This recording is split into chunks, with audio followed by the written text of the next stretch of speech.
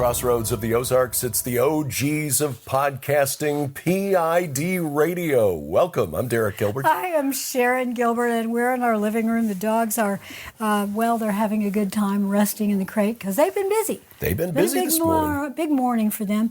Our neighbor, Chris, cut our hay fields, and as happened last time, we noticed that as he cut down the hay field, baled up the hay, that a field rat was either fleeing or was injured. We don't know which one it was. I think previously it had been dropped by a hawk. Yeah, the one that they had in the yard through there, yeah. Earlier. But this one appears to have been fleeing the machinery and got into the yard, and then Grace and Glory could not flee those dogs. They are very good vermin control agents. That is true. They take home yard security very seriously. They do. So sadly, the rat did not survive. No, it is now an ex-rat. Yeah. Well, anyway, very exciting day for them. They're very proud of themselves. They really are. And, I'm proud of them, too. I like to think that vermin are not allowed. Well, there you go. Yeah. But first of all, we're going to get into some heavy stuff as well as some lighter things. But right. Before we get into any of it, just want to remind you to please download our free app, because that is where you're going to find everything. And even though there are some safe spaces online for saying what you really believe is truth, and I'm a big believer in free speech. I may not agree with what you have to say, but so long as you don't actually advocate the harming of individuals, then you have a right to your opinion. Right. And I know that in our audience over the years, there have been those who agree with us, those who don't, and I love that. Iron sharpening iron.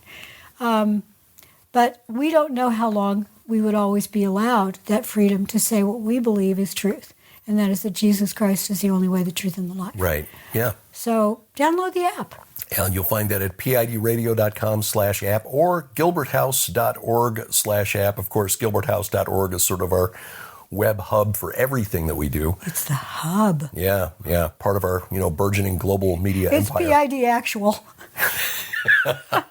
Or Gilbert House Actual. That's whatever. it, yes. gilberthouse.org/app. iOS, Android, Amazon, Kindle Fire, also smart TV versions. Does that make you an admiral? I guess. Admiral Gilbert. I like that. Yeah. We'll just fly this home on the ridge to our new location someday. Secret location where join L.A. Marzulli and others. And it's, an undisclosed location. And where, I'll tell you where it's going to be. We're all going to be together in glory. In glory with the Lord. One day we will. Well, Maeve's already got a mansion waiting for us up there, so... we do. I think that we can safely leave this one behind when it's time to go. We can. Well, there is a wonderful man who is now in glory. Yeah. And I'm sure all of you are aware of this. Charlie Kirk was he was delivered to glory by the hands of another on the 10th of September. It was really shocking. We were in Springfield on Wednesday. We were up in Springfield because my mother fell on Tuesday afternoon, broke her hip at the nursing home. Mom is not as mobile as she should be, and so she didn't wait for help. She's not mobile at all. Yeah. She wants to be, but she shouldn't be. Right. But anyway, we were up there at the hospital when the story broke, and it was startling because the video was available online almost instantly. And then, of course, there was some closer video that was taken that was more graphic. It's disturbing enough looking at it from a distance. I would not encourage you to watch it if you have not already seen it. You don't really need to. You really don't need to see that. Again, he was delivered into the hands of the Lord, and I know. Yeah. I really believe the words he said was "Welcome home." His good and faithful servant. Yeah, it's. I think it's safe to say this is here in the United States anyway, this is the highest profile, and I suppose you could call it a political assassination, except I don't think it was really political. I think he was killed because of Charlie's bold profession of faith and how that informed faith in Jesus Christ. and how that informed his worldview, which thus, of course, includes politics. Yeah, I would agree with that. Charlie, I think, is perceived, and I say is present tense because he's with the Lord. He's still, he's very much alive, more alive now than we are, yes. Yeah. He's with Tom Horn and Russ Dizdar. Mike Heiser. And Mike Heiser. Mike Heiser. Erica Kirk, Charlie's, wife. We now call her a widow, but I think she'd probably still think of herself as his wife. Mother of his children. Was on the tour with us to Israel in 2018. Yeah. And she was on Mike Heiser's bus because she was a big Heiser fan and still is. Right, yeah. Even though Heiser is with her husband now. Yeah, and I vaguely remembered her and her mother from the tour. Yeah, they were on the other bus. We were on... Right. Yeah, there were two buses, so we didn't get to interact with the people from Heiser's bus all that much unless we were all at one place together, because oftentimes the buses would go to okay, we're going to go to Gilgal now, and then you guys go to wherever. But and we also ran into Erica at Heiser's funeral. Right, and in fact, it was Drina who introduced us to Erica and her mother. Yeah. And by that point, so back in 2018, Erica and Charlie had not yet met. I don't think they had not. But by the time of Mike's memorial in was that 2022 or 23? I want to say it was 2022. Let me look that up. Anyway, it was, by that point, they had married, and clearly, I distinctly remember her mother being very proud, not only of Erica, but also of Charlie. And but, again, we just interacted very briefly. We did not stay in contact with her. You're right, it was 23, February 20th of 2023. Okay. So it was shortly after his birthday. Right. Yeah, because his birthday was Valentine's Day. Mm-hmm. Yeah. And Mike had just turned 60. Yeah. So we did not stay in touch with Erica afterwards. I mean, it really seemed kind of inappropriate to say, hey, at Mike's memorial to say, can you put us in touch with Charlie? No. But Charlie Kirk had a different lane, and he was really good at it. If I was 30 years younger, you might have gone in that way. Might have gone in that direction, because I was a high school debate team captain, although I think he was more measured than I would have been. I tend to get a little passionate at times when I'm debating, and sometimes, and I don't do this because I'm fascinated with watching myself on video. I watch video of my presentations so I can critique myself and try to get better. It's something I had to do early on in radio, listen to audio of my, broadcasts and critique, and then try to improve. And I've noticed that when I tend to get passionate, sometimes I can come across as angry, even though I don't mean to. Charlie, from the videos that I've seen, even though when he was debating people who were clearly very agitated, was always very calm and measured. And because of that, he was really effective in what he did. He used gentle answer turneth away wrath. And he was able to persuade people who might not have been persuaded had he come across as angry. And despite the fact that many on the left are trying to portray him as a hater who called for violence on marginalized people with whom he disagreed, that just is not the fact. That is just not true. Gloria's whining in the other room, so I'm going to go let her out. It is just not true. I mean, you can look at the video of Charlie on college campuses again and again, engaging somebody whose worldview was radically different from a Christian worldview. And I have yet to see one where Charlie came across as agitated himself, angry in any way. And because of that, he was really effective. And I think, again, as we try to figure out why the accused shooter, Tyler Robinson, did what he did, I think it comes down to this. Charlie Kirk was effective at proclaiming the gospel of Jesus Christ and persuading people. And now she's barking because I let him outside. Mom, you threw me out on the back porch. It's not because he was recruiting people to the Republican Party. Although I think it's really interesting, I saw some survey results from this past week showing this radical shift among young men, 18 to 29-year-old men. That's roughly Generation Z, in shifting away from the Democratic Party. They were like 62 to 36 Democrat in 2023, and they shifted to 52 to 38 or something like that Republican in 2025. That's a 44 percentage point swing in just 2 years. And I think that's worldwide. We're seeing some Gen Z revolutions taking place in other countries, and we'll get to that in a minute. Right. But I think the takeaway, rejoice that Charlie is home with the Lord.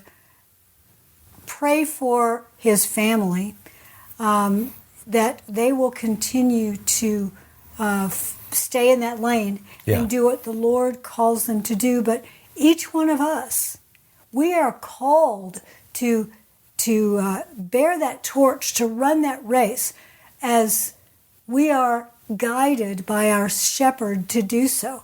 And it's, as you say, it's tempting to look at someone running in another lane and think, gosh, they've got so many people watching them, or gosh, that's really neat that they get to do that, and I think I want to do that. No.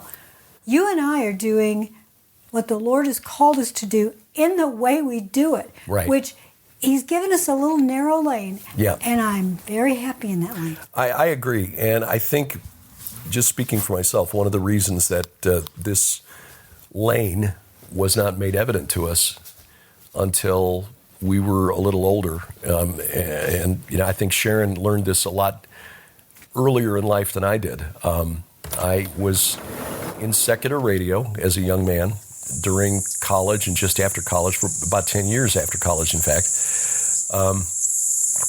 was fairly successful at it. I mean, I was on the air in Philadelphia, which is the fourth largest radio market, went from there to Little Rock and then to St. Louis, not just as an on-air talent, but also as a program director, and St. Louis being the 15th largest market. So had some success in that field, but it was in top 40 radio, where I was influencing young people in a way that I now regret. But, had this lane opened up to us earlier on, I didn't know you ever turned it off, actually. I did. You're back on. I may have tried to pursue the wrong goals. In other words, the approval of the world, instead of doing what the Lord really designed us to do, which is the type of research and writing and then teaching as opportunities present, knowing that there are people out there who are better known, who will get speaking opportunities, book offers, whatever, that are beyond what are offered to us. But it doesn't matter. The Lord has provided our needs, and those who need to hear what we are doing will hear it, will read it, whatever. And we're contributing our small piece of the puzzle.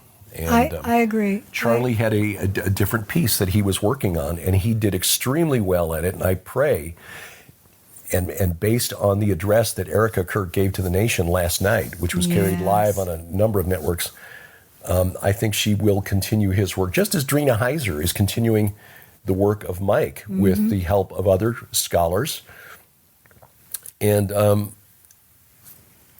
just pray that continues successfully, and that that Turning Point USA, and I think it's aptly named because this week does feel like a turning point in our country, doesn't it? Amen to that. That will continue and not be hijacked and diverted into solely talking politics, instead of putting the gospel first and saying, look, this has to inform your worldview, whether it's politics or your family or how you behave at a sports event or whatever. Whenever you're at the politics flows from your worldview. Amen to that. Are you aware that there's a Turning Point UK?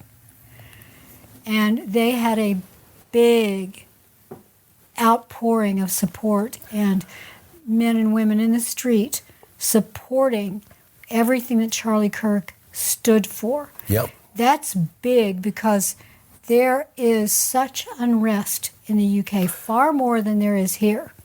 Yeah, yeah. It's on the verge of a major revolution.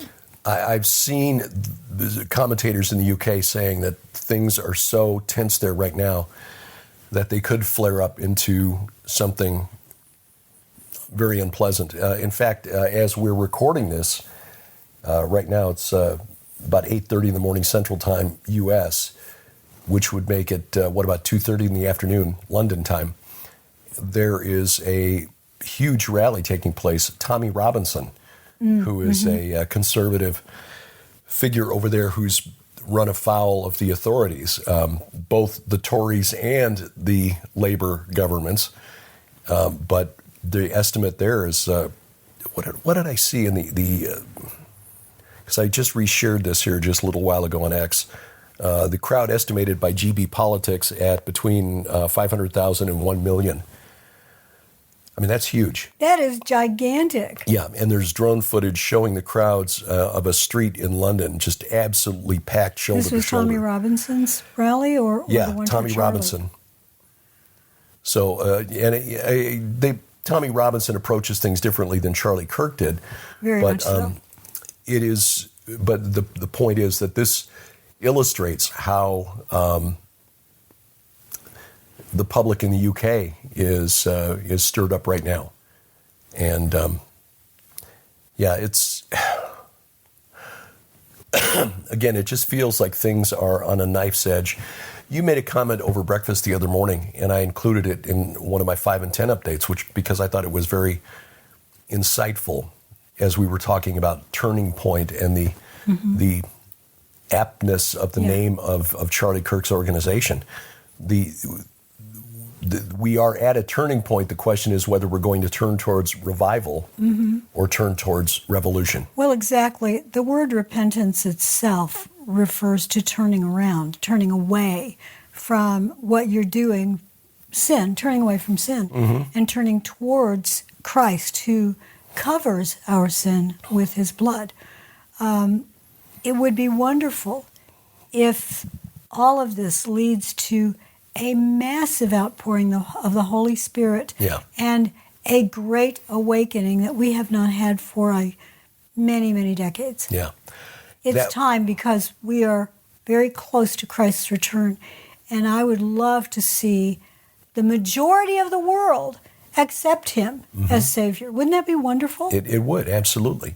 So, I think in the UK and in other places, France, for instance, well, and of course, Nepal, yeah, which you alluded to earlier, the what they're calling the Gen Z revolution in Nepal, where apparently young people there, teens and young adults, just got tired of seeing the children of the ruling elite showing off on social media with their designer handbags and fancy cars, and started to rebel, and it led to the government basically having to flee Kathmandu. Well, the capital yes, city. And some of them didn't quite make it. The wife of one of them she died in one of the fires.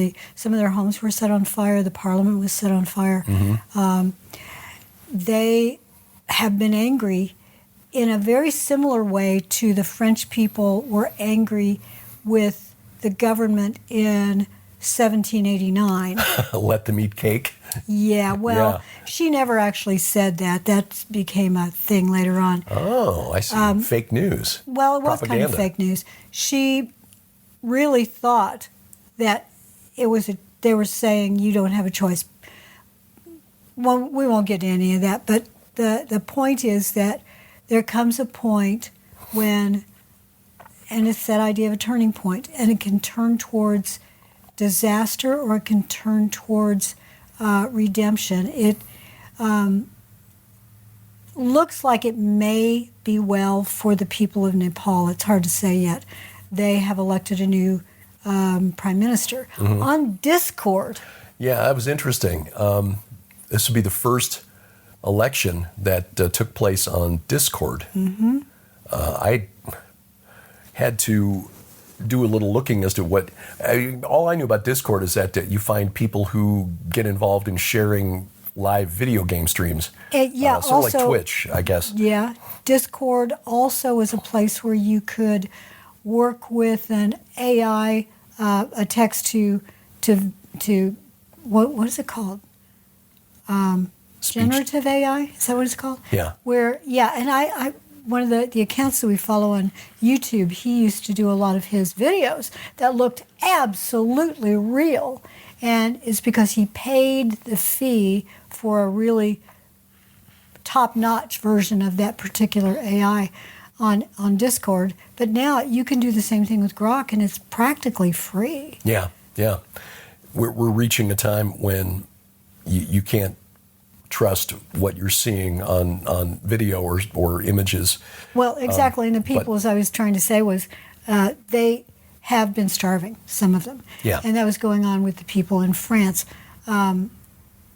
It's not only whether or not you have food and whether or not you can clothe your children and give them a good future. It's now about identity. We're getting into a part of identity politics that's leading to such friction that it is truly going to be tribe against tribe. Yeah, ethnos against ethnos, nation against nation. Yeah, just as well, Jesus it's almost prophesied. like the Lord knew what was going to happen. And of course, he did and does. And now that we're seeing it unfold, it's catching a lot of us, slapping us upside the head. Like, I know. what? It's like, what? No, I never imagined this. Then you're not a very good imaginary. Well, person. trust the Lord. He's seen all this, the end from the beginning, and we're watching it unfold.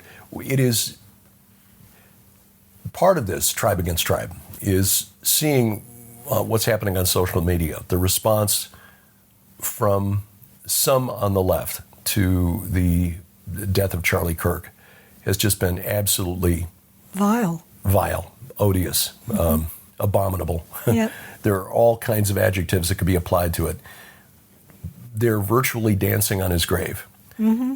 And they are attributing to him things and motives that he never said and never felt. And a well-known author whom I won't name, if you're on X, you're going to know who I'm talking about, said something like that, put words in Charlie's mouth.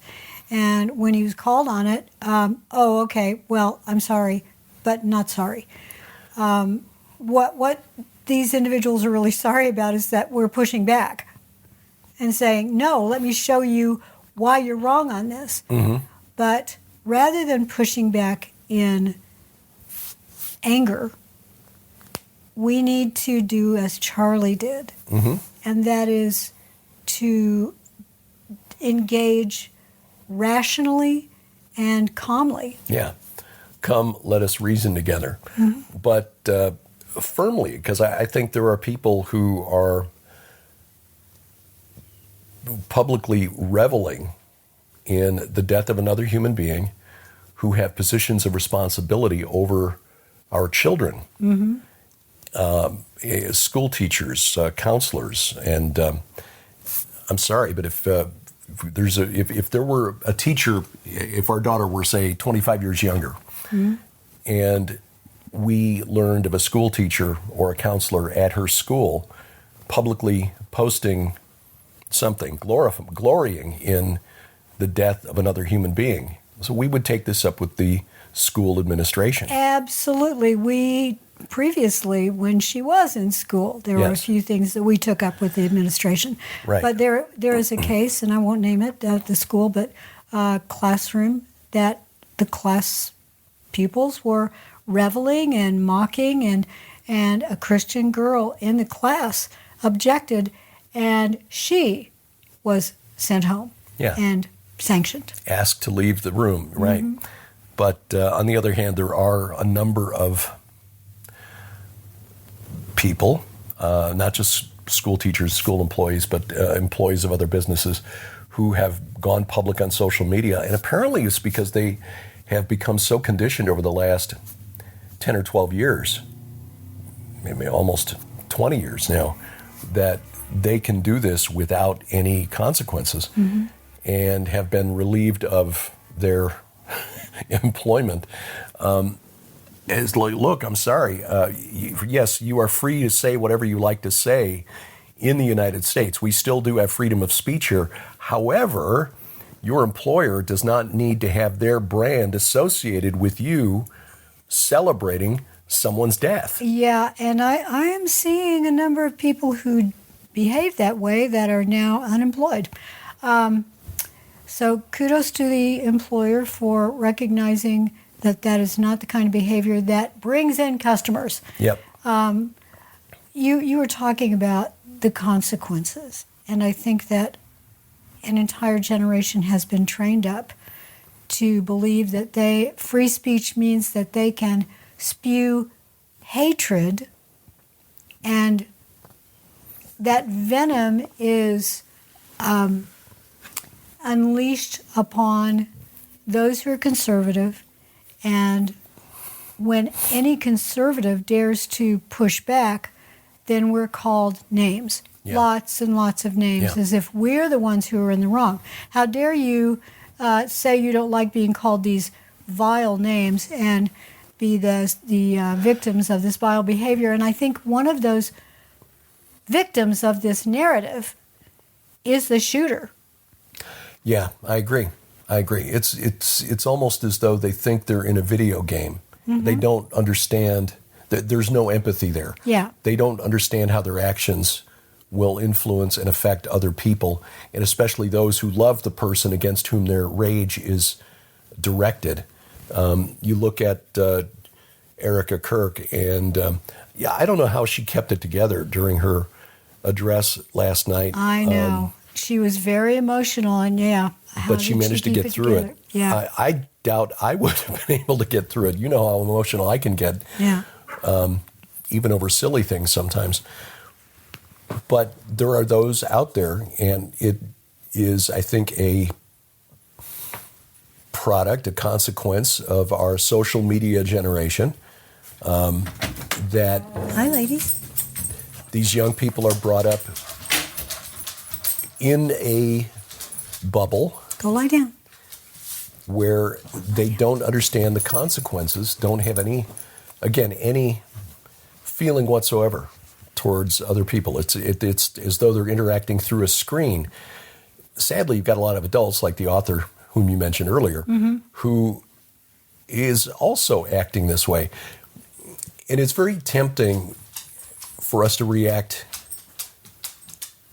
a very natural, really, a human reaction, to see those responses and get really angry. I think it's there are politicians who ought to know better, but they are politicians, and some of them are just their motivation is nothing more than just protecting their own phony baloney jobs. Nancy Pelosi was asked about this, and she essentially said, well, look, we can't be held accountable for how the hearer responds to our words. And this is after 10 years of them, the political left Democrats, accusing Donald Trump of creating an atmosphere that generates violence, that encourages violence. Yes. And now you've got another violent liberal. I know. I shared that post on X, and my comment was essentially, shame on you, Nancy Pelosi. Words have consequences. Yeah. Except not when they're spoken by Democrats, apparently, or progressives, liberals, whatever. They don't want to take accountability now when their words are the ones that have actually. But I mean, they've spent 10 years demonizing Donald Trump and true conservatives, not Republicans in name only, but true conservatives, nationalists who want to stand up for the values on which this country was built, and things like defending our borders, and we're national socialists. We're evil, vile people. We're deplorable, and yes. we should be punched. And now you've got other Democrats who've said similar things, who actually encourage. I mean, Kamala Harris during the height of the George Floyd riots, the protests should continue. I know, but we cannot control the actions of others. That is, yes. We can control our response to it. That was something my dad drilled into me. Mine too. Yeah. And that is the point. I mean, the reaction, and you can kind of hear it in my voice, I'm already reacting without intending to, that we need to be better than that. Just say, look, your behavior is unacceptable. We will not tolerate it. But we're not going to turn around and start, responding in kind. Gentle answer and letting people know, look, I disagree with you, but I just want you to know that regardless, Jesus still died for you, and I'm going to pray for you. Mm-hmm. And that person will probably ignore that comment, but you never know. Yeah. Yeah, you never know. And genuinely pray for that person. There are, we don't like her very much. Let's face it, Nancy Pelosi, the behavior. But wouldn't it be great if she actually accepted Christ as Savior? Wouldn't that be amazing? It would be amazing for her and for the people around her. It would. It would.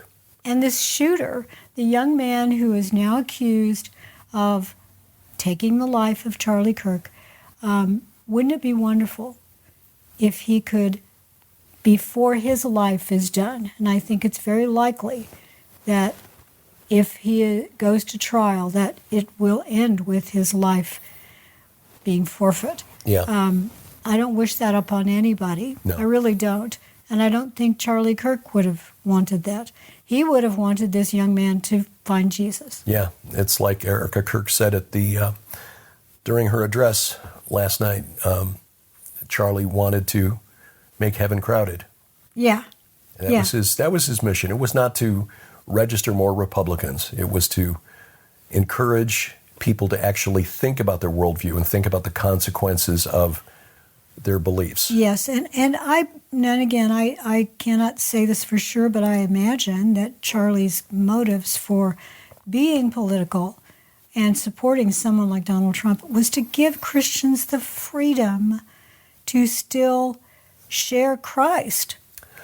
That window is closing, people. It is. Yeah, we certainly saw it during the Obama administration and again during the Biden administration. And who knows how things would have changed had Hillary Clinton won the election in 2016. Oh, my goodness. It is a reprieve. Donald Trump has given us a reprieve. He is not the savior. He is not. We will not, and I don't think Charlie Kirk believed this either. We will not save the nation by winning elections and getting the right justices appointed to the Supreme Court. However, if you get those, the political scenario changes, then we do have the opportunity to continue proclaiming Christ without interference from the government. Mm-hmm. And that, as Christians, is really the best we can hope for. I know. If the left, and I'll just call them the left, look, if those individuals who are in opposition to the Christian worldview, opposition to Christ, basically antichrist spirit-led individuals, whether they know it or not, when, and it's not if, when their policies lead to the closure of that window of opportunity for freely speaking of Christ and sharing Christ, when that happens, we believers have to be ready to, who was it? Was it Sam Miller years ago? Yeah. He talked about, look, we need to prepare for that day. We need the catacombs. And that is, essentially the modern version of the catacombs. We need to find a way to communicate with one another, to locally have a very strong prayer group. And God bless President Trump. He's called for that for the next 12 months, up until the 250th anniversary of America next July. Mm-hmm. He wants groups of individuals to pray so many hours per day or so many hours per week. That's the goal. And we as believers should have been doing this all along. Amen. And those of you who are already doing it, thank you. Yep. Thank you very much. Derek and I have been talking about how we need to get together locally, and I've asked should I start on Armored Sheep when it starts back up? And I think probably I will do that because a number of you have said, yeah, let's have a Bible study. Some of you cannot physically join a group because you're what, and I pray that this is not true of many of you, but you're what our church always called shut-ins. Mm-hmm. You are unable, for whatever reason, to leave your home regularly. Maybe you are stuck at home because of no way to get there. Maybe you are physically unable. You are in a wheelchair or bedridden in some cases. Mm-hmm. Maybe you just don't know anybody. Yeah. Sadly, modern Americans, most of us don't know our neighbors. Very true. We're blessed in that we do here in the country. We actually talked to one of them yesterday. Yeah. But that fence is still on. Oh, so, electric fence out there? Yeah, we've got an electric fence. It's very dry here, and we have an electric fence behind us that has served as a cattle fence, but there are no cattle out there right now. It shouldn't be on. So we mentioned it to Chris because he knows the various cattle owners around here, and he probably would have known who was in charge of that fence. So we've left it in his hands, but I have experienced dry grass catching fire and then leading to the ignition of the release valve on a propane tank. Yeah, well, watching really tall flames shoot up into the air. That's a way to invite your neighbors over in a real hurry. And so it did. And, knew all the neighbors back then, but get to know your neighbors. It's just go over and say, hey, would you like to come over and have a cup of coffee? Mm-hmm. Mm-hmm. Well, we need to take a break, but want to... For coffee? Perhaps for coffee. Oh, but can talk about a couple of things on the other side of the break, the ongoing Israel-Hamas conflict, how Israel tried to take it to Qatar and how that might influence things going forward. And we'll just see where the conversation goes from there. There's so many things to talk about because we can do a 3-hour discussion. Roll. But we will continue with more PID Radio after this.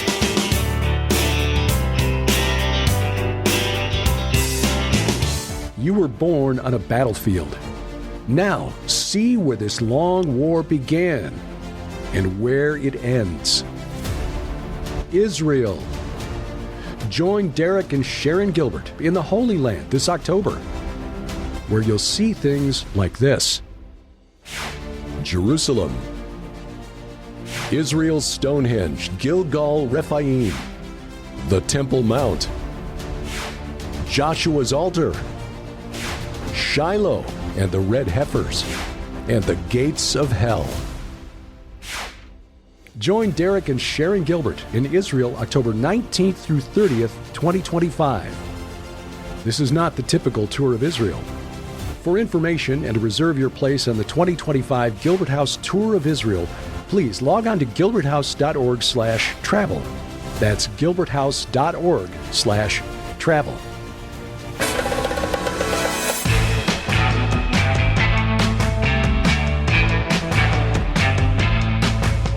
Welcome back to PID Radio. I'm Derek Gilbert. I'm Sharon Gilbert, and Derek mentioned Israel before the break. We're going in October. It's just about a month away now, October 19th through the 30th. Still time to get in if you want. People just registered in the last couple of days. Yeah, and we have a few spots left on the bus. If you're interested, you can find more information at gilberthouse.org/travel. In fact, today I will take the time to actually put the official itinerary up there.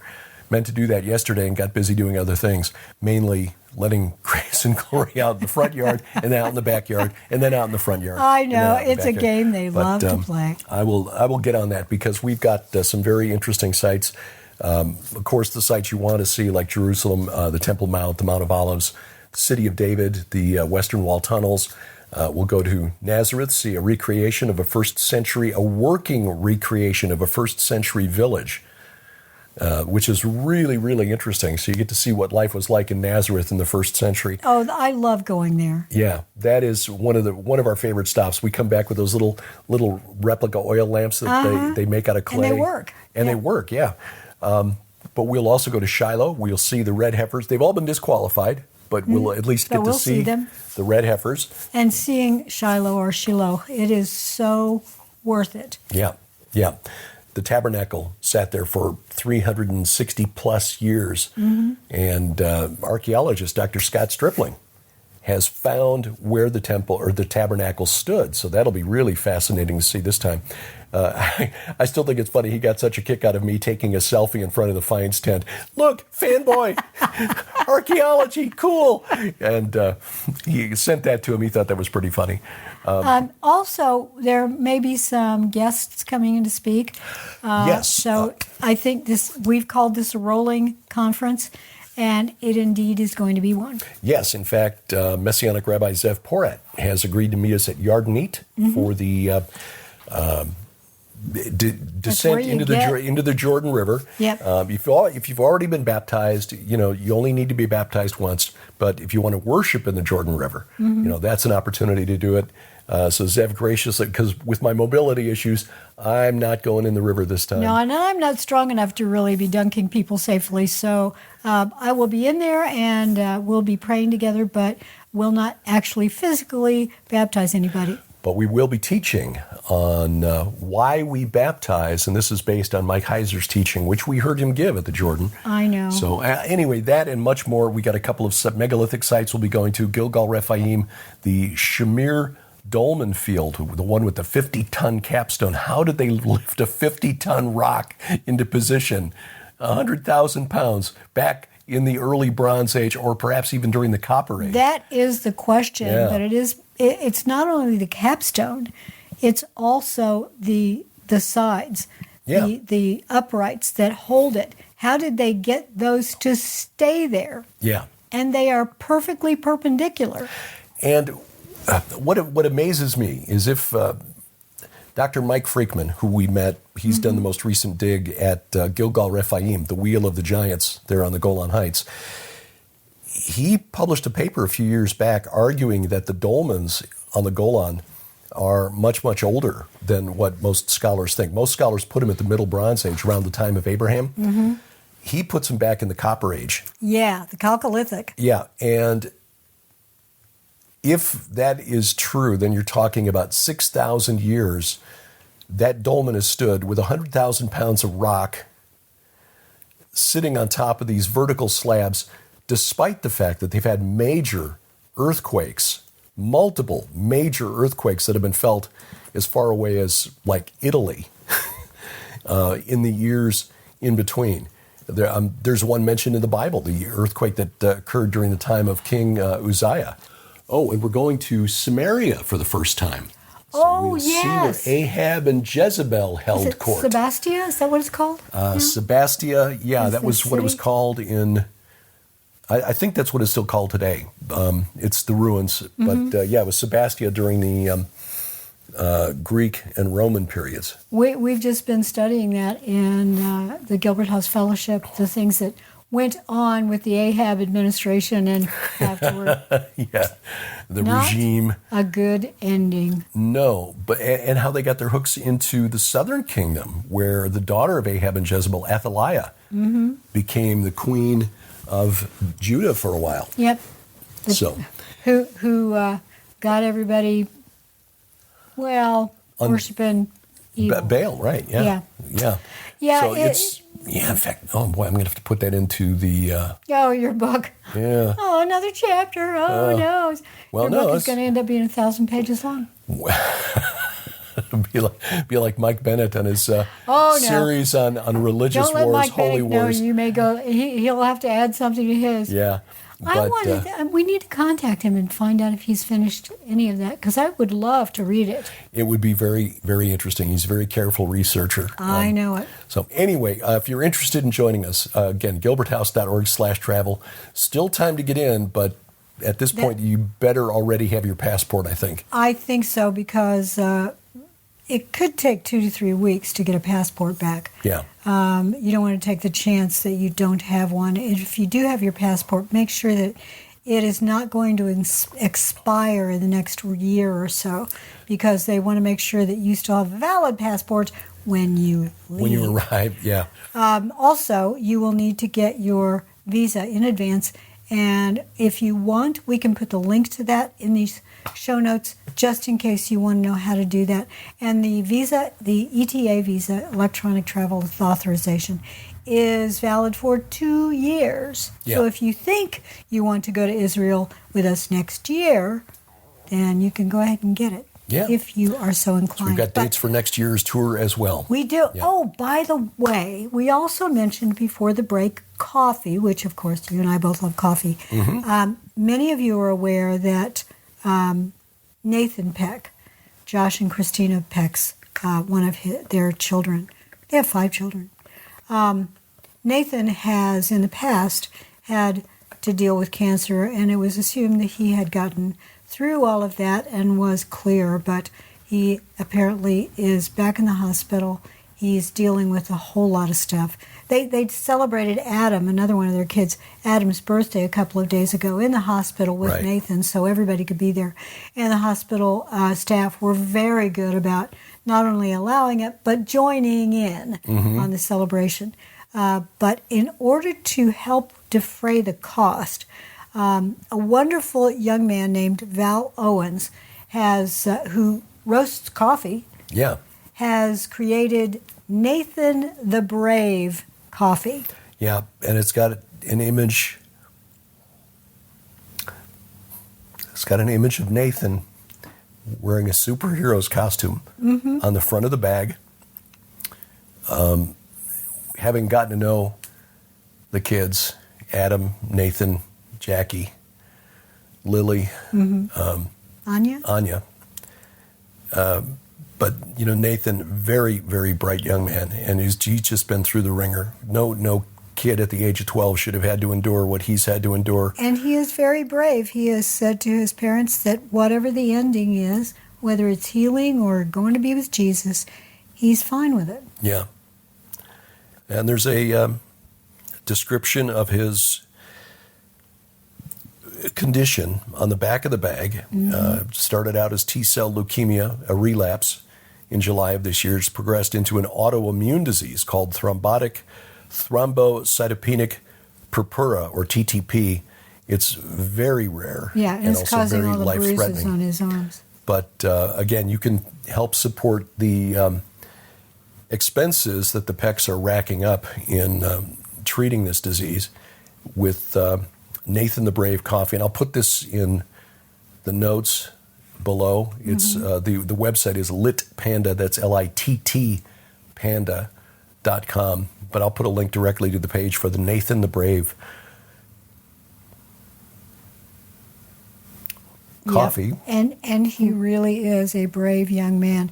Also, the Pecks have been, they're about to move to a new house. They've put in an offer on it. They're waiting to make sure that everything goes through with the offer. And with a loan, you know how that is if you've bought a house.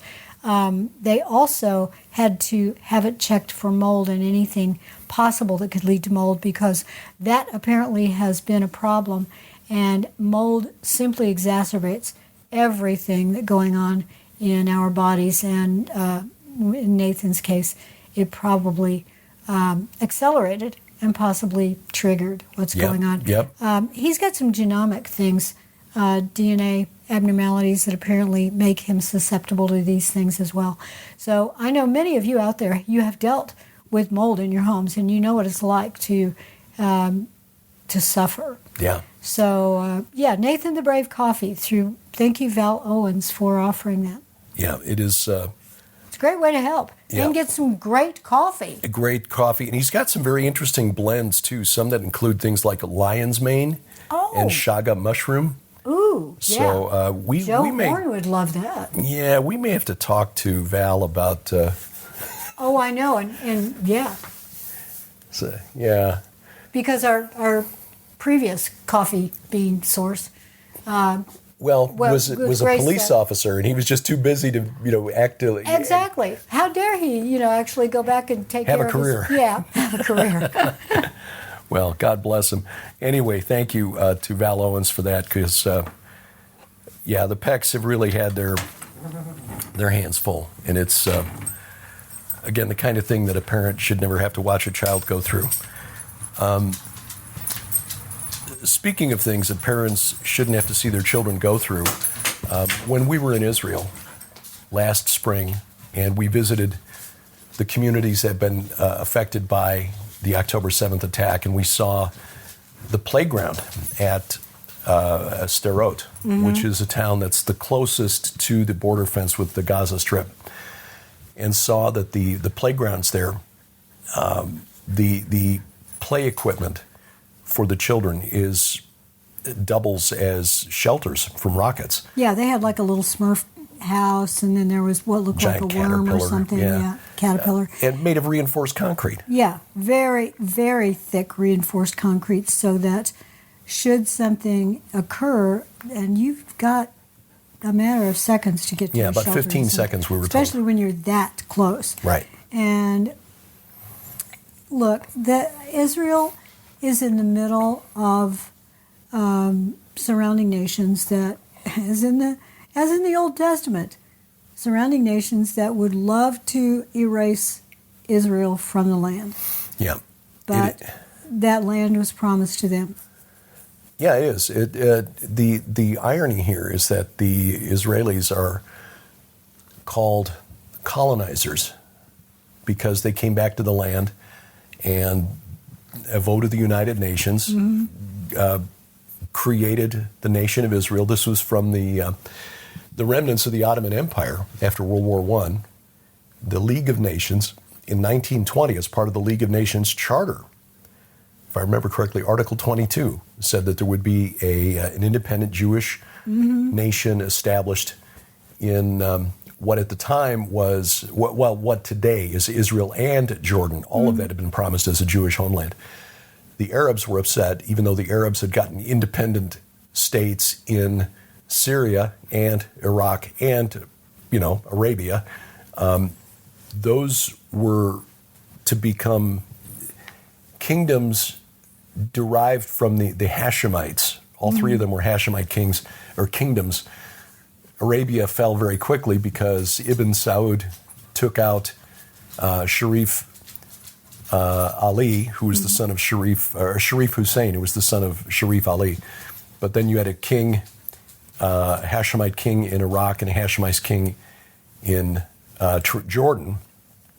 And then in Syria as well, and Iraq, the kingdom ended in the 1950s. There was a coup that took him out. And you get into all of this in one of your presentations, but there's also a great book that you can read if you're fascinated by this. Yeah, that goes into how this was facilitated by Western intelligence agencies. It's called The Secret War Against the Jews. Yeah, John Loftus, I think. John Loftus and Mark Aarons, Aarons, published in 1994, so it doesn't come up to present day, but it does give you the history of Israel from the beginnings of the Zionist movement with Theodore Herzl and how rogue elements inside U.S. and U.K. intelligence worked against the Jews from the 1920s onward, including after Israel became a nation. So, but anyway, the irony there is that, the Arabs come from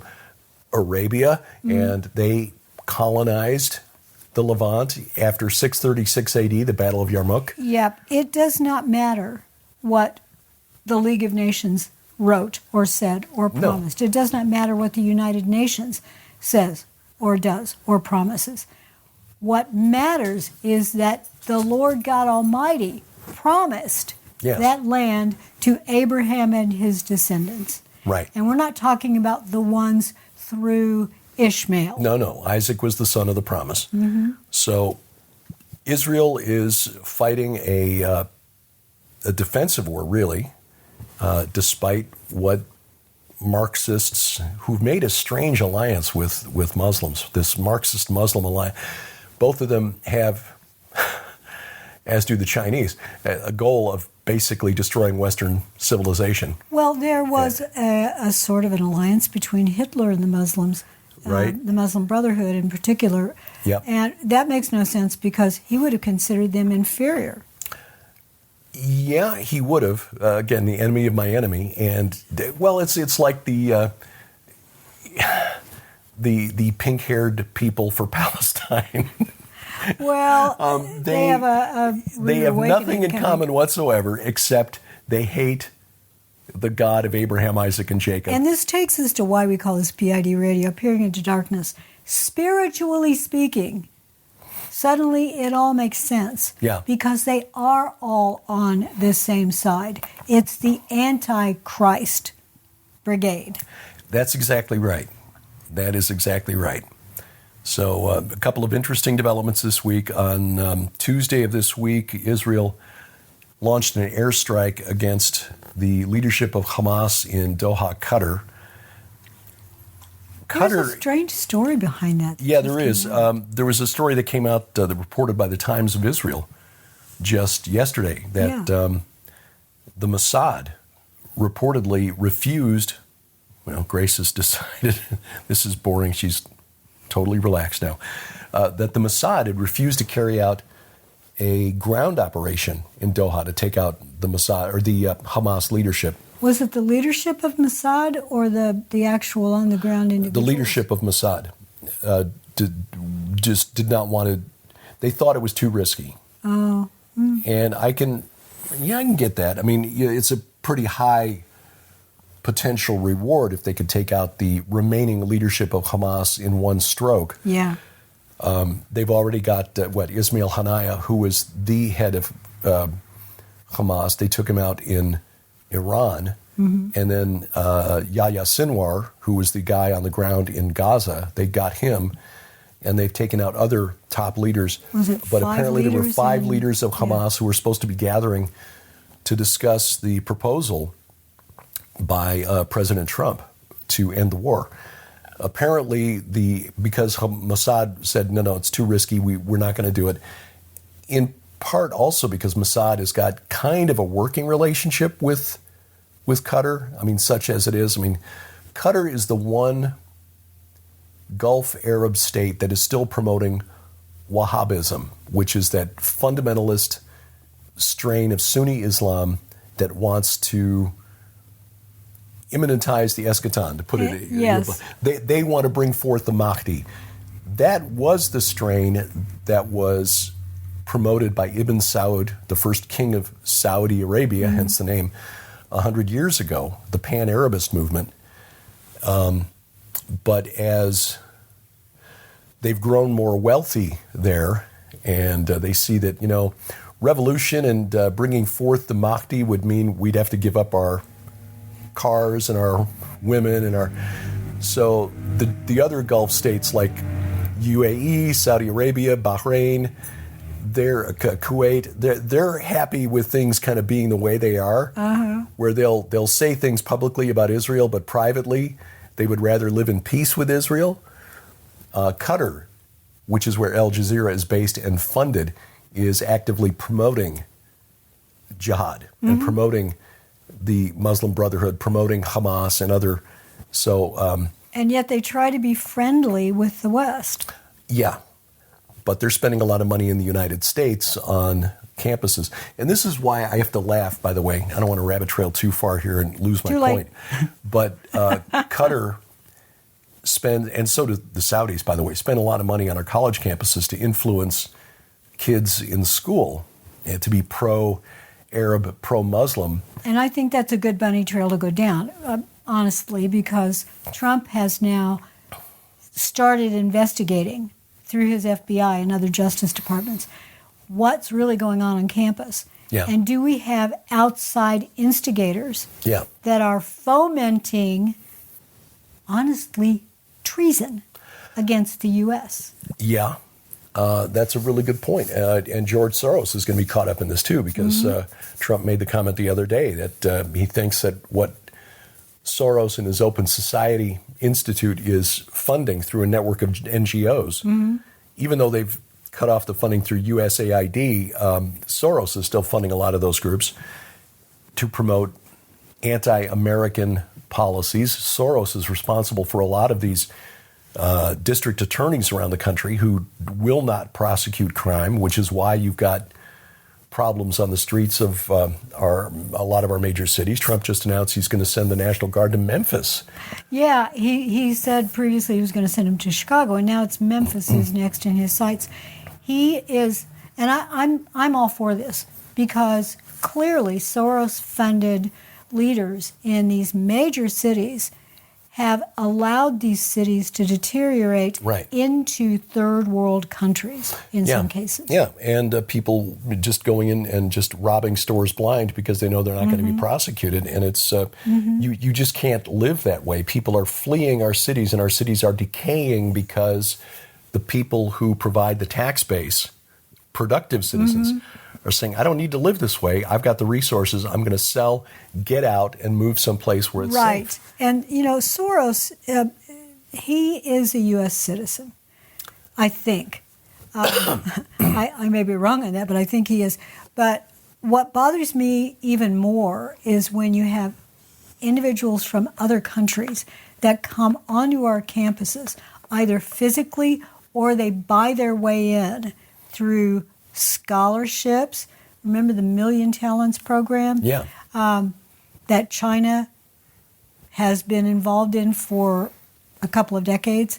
They influence the professors, who then influence the kids. And I use the word treason intentionally because when you are programmed to believe that your country is the evil of the world. Right. And the only way that that evil can be erased is by essentially taking down the leadership in one way or the other. Technically, that's treason. It is. And it's no surprise, and I was just looking at this, again, survey results here recently, just from within the last year, the one demographic cohort in the United States that in which a majority believes that political violence is okay. Gen Z, 18 to 29-year-olds. And the older you get, the smaller the percentage. When you get to the, us, the baby boomers, it's like, under 10% believe that political violence is okay. We're just but old people. it's close to 60% amongst the Gen Z. And that's why I think that we may see a Gen Z wave. How it's being financed, I don't know, but I'm betting the farm that it is financed by some group or coalition of groups. Yeah. This doesn't, at the very least, it's sponsored by the prince of this world, Satan, and his minions. Yeah, and that's why I have to laugh, getting back to Israel, when there are those who will point the finger at AIPAC and say that AIPAC owns the United States. Oh my gosh, that's a laugh. Do not. You look at the amount of money AIPAC spends, then compare it to the amount of money that's spent and where it's spent by people like George Soros and Qatar and Saudi Arabia, and where the points of influence are.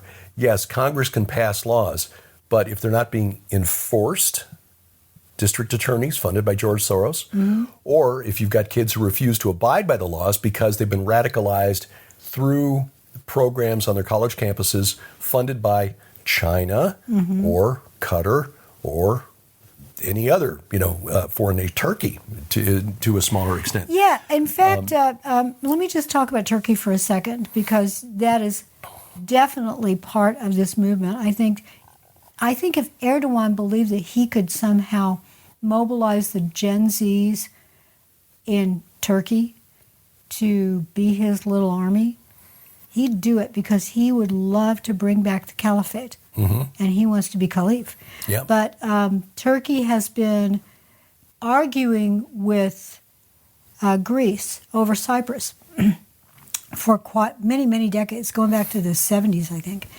And Israel has just offered to aid Cyprus. They're putting assets there. Right. This is a positioning against Turkey. Turkey, the northern leader The King of the location, the King of the North, the location of Baal's palace. Right, yeah, Mount Safan, Jebel al-Aqra. Yeah, it's, and this is one of the things, coming back to Charlie Kirk now, that Charlie was talking about in the last weeks and months of his life, the existential threat of Islam to the West. People who are looking at Israel and saying, it's the Jews. And there are some prominent influencers on the right, not even going to name their names, but if you spend any time on social media at all, you've probably encountered them, who are convinced that Israel is the problem, that the Jews are the problem, and that there are, the Jews are evil. And some of the people have very big platforms, Candace Owens. Right. Well, I'll name her because many of you are aware of it, and she's proudly anti-Jewish. 7 million followers on X. I have no idea how many she's got on YouTube. And then there's a young guy coming up who actually hosted her show while she was out having a baby, Ian Carroll, who actually was floating the idea that Israel was responsible for Charlie Kirk's death. I know. Charlie was very pro-Israel. Benjamin Netanyahu eulogized him. Absolutely. In fact, the Tel Aviv, which is a very liberal city, there's a beautiful sand formation that was designed and photographed that is a tribute to Charlie Kirk. I've seen a mural on one of the walls. I think it was Haifa. I could be wrong. Anyway, but a street musician singing a tribute. Yeah, it's one of many. A lot of murals have been put up all across the world. Our friends, the Lipkins, Aaron and Etty Lipkin, met love them so Charlie and Erica Kirk. Again, Erica came with us on our tour of Israel. And I will say again, just to be clear, she came because of Mike Heiser. Exactly. It had nothing to do with us. But she went back to Israel with Charlie and went with the Lipkins, had the Lipkins book their tour. And so Aaron and Etty met Charlie and Erica, and they were very impressed with Charlie, and we're just devastated to hear of his death.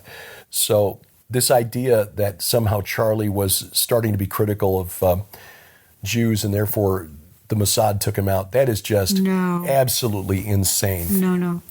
Yes, he was a little critical of liberal American Jewish voters who are finding out the hard way that the policies that they've been voting for decades are now coming back to bite them, that the progressives that they thought were their friends are turning on them. As Avi Lipkin, Aaron's dad, has been saying for years, American conservative evangelical Christians are not just Israel's best friends in the world, they are Israel's only friends in this world. Absolutely. Avi Lipkin knows his politics, and he's from New York. Yeah. So he understands the way New York works and the New York Jewish community, how many of them really are anti-Israel. Yeah. Which is a shame. It really is. And this is why Avi has been working so hard for years to develop a political party in Israel, the Bible Bloc Party, that combines Jews and Christians together, unites them in a political party. There are those, like Candace Owens, who will make the claim that Christians are not welcome in Israel, that Christians are. And, my goodness, that's Tucker so Carlson not has true. interviewed people over there and said, Christians are discriminated against. And it's like, look, we have Christian friends who live in Israel, Messianic Christian friends, Messianic Jewish friends, who are in Israel, and they tell us that just is not true. And they freely share their faith. Yeah. It actually went to the Supreme Court. And the Supreme Court said, yes, they are allowed to share their faith. Yeah. There's an anti-proselytizing organization here that's really gone after people like Rabbi Zev Porat, who is Messianic, and a Christian congregation in Ashdod, I think it was, that was being harassed by this ultra-Orthodox group, whose name I forget. The case went to the courts, and the courts, because they really don't like the ultra-Orthodox. They don't like the Orthodox Jews either. Really, they just don't like religious Jews. So they ruled against them. but for the us. irony is that it then allows this group of Messianic Jews to meet and worship without being harassed and to proclaim the gospel. The Lord is still allowing gospel to be proclaimed in Israel. Israel is the only nation in the Middle East where the number and the percentage of Christians is growing. Exactly. By the way, when we go to Israel in October, one of the places we're going is Bridges for Peace. We're going to volunteer with them. Yes, we did that last spring, and it was a really powerful day. So we will spend about half a day there helping to pack food for Jews in need. Many of these are families who've made Aliyah recently and have no support network yet.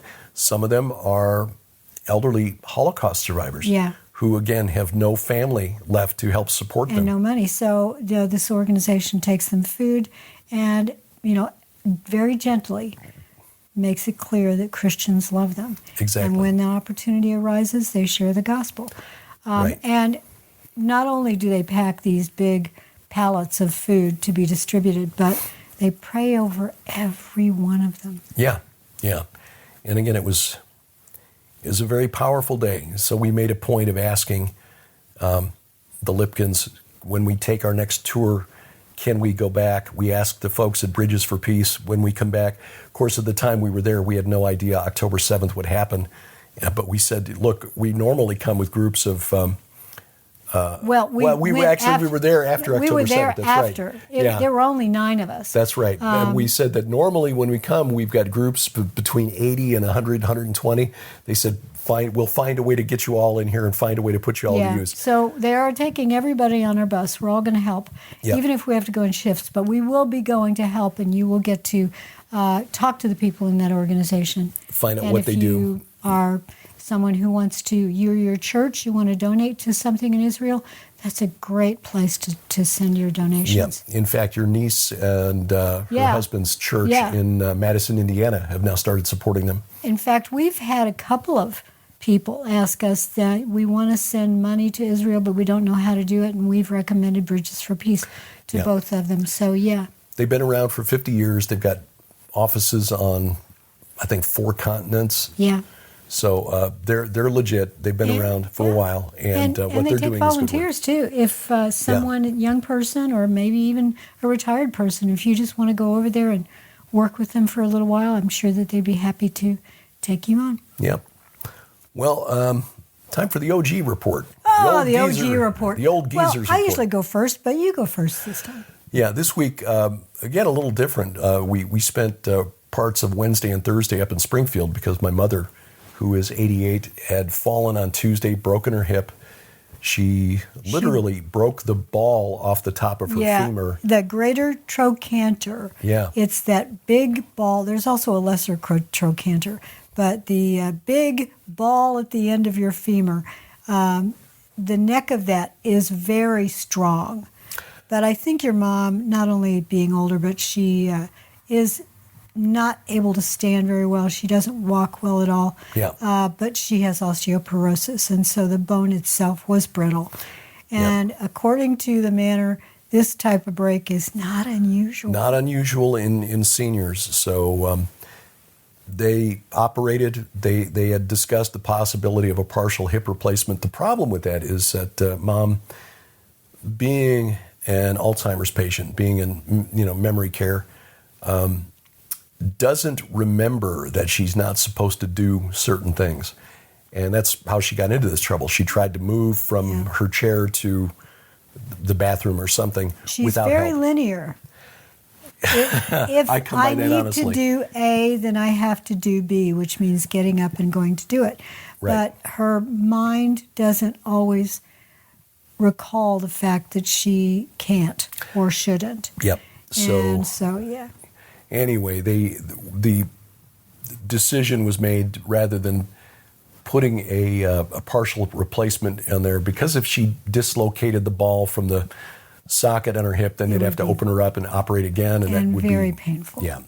So they basically just removed the broken bone. Mm-hmm. She's recovering very well. Recovering very well, doctor said, and that's good news. And she'll be able to support enough weight on it that she can be transferred from her chair to her recliner and to the bed and so forth. So there is that. I'm dealing with shortness of breath this week, and also noticing some numbness and a little bit of tingling in my fingertips. Yep, and more double vision. Yeah, so getting a doctor's appointment not this coming week, but the week after. Yeah, to try to get a little more clarity on what's going on here. The shortness of breath is. Haven't had to deal with this regularly since I was a kid, and I was really dealing with serious allergies. I don't think this is allergies. I think this is related to what I'm going through. I don't think it's allergies either. I haven't really been bothered by. There's a lot of goldenrod around here, and you are allergic to that. I'm not. So it's possible that's it, but they'll be able to test and figure out what's going on. The double vision being increasing, and then the things going on in your hands, you're finding it's difficult to write with a pen.